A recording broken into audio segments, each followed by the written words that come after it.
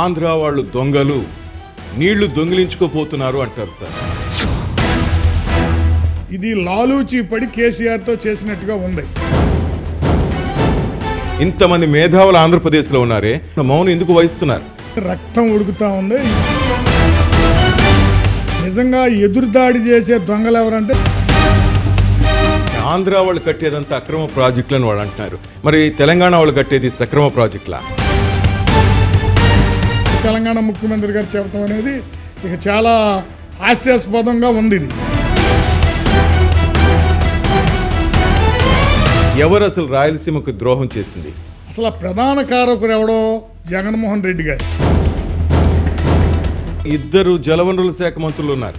ఈ రాంబాబు అనే ఆయనకి కాపర్ డ్యామ్ అంటే రాగి డ్యామ్ అనుకుంటున్నాడు ఆయన. కాపర్ డ్యామ్ అంటే ఇది అడ్డుకట్టని తెలియదు. పోలవరం ప్రాజెక్ట్ అనేది వెరీ వెరీ కాంప్లికేటెడ్, అంత తేలిక అర్థం కాదు. ఏంటి అంత అర్థం కాదని గట్టిగా చెబుతున్నారంటే నాకు అర్థం కాలేదు కాబట్టి. బుల్లెట్ దింపావా లేకపోతే ఏదో చేసావా అంటాడు, కానీ అసలు క్యూసెక్కి టీఎంసీకి తేలా తెలియదండి. ముఖ్యమంత్రి చంద్రబాబు నాయుడు చెప్తున్నట్టు నదుల అనుసంధానం సాధ్యమేనా? యావత్ రైతాంగం, నీటి సంఘాల అధ్యక్షులు కానీ మొత్తం కూడా మేము దాన్ని ఆమోదించే ప్రసక్తి లేదు.